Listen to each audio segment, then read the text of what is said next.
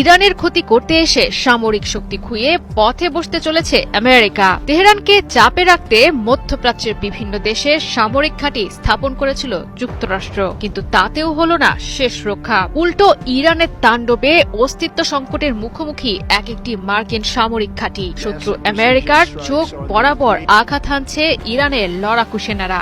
আন্তর্জাতিক পরিভাষায় যা পরিচিত প্রতিরক্ষা রাডার হিসেবে। সম্প্রতি প্রকাশিত স্যাটেলাইট ছবিতে দেখা গেছে ইরানের আঘাতে মারাত্মকভাবে ক্ষতিগ্রস্ত হয়েছে জর্ডান এবং সংযুক্ত আরব আমিরাতের গুরুত্বপূর্ণ প্রতিরক্ষা রাডারগুলো। ধারণা করা হচ্ছে আমেরিকা ইসরায়েলের যৌথ হামলার প্রতিশোধ নিতেই চলমান যুদ্ধের প্রথম দিকে হামলাগুলো চালানো হয়। কালার এক্সপার্ট ডার্ক স্যাপ এবং মাইল্ড অন হ্যান্ডস টেকনোলজি সমৃদ্ধ অরিক্স অ্যাডভান্স ডিটারজেন্ট পাউডার, আপনার লন্ড্রি এক্সপার্ট।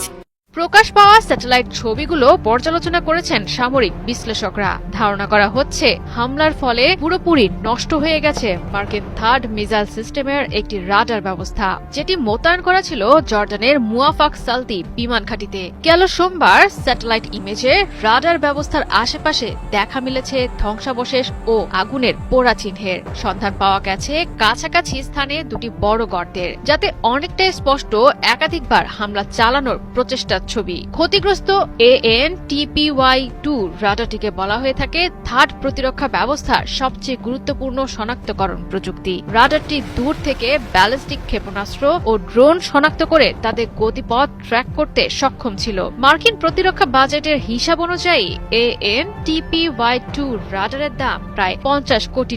রাডারটি ক্ষতিগ্রস্ত হয়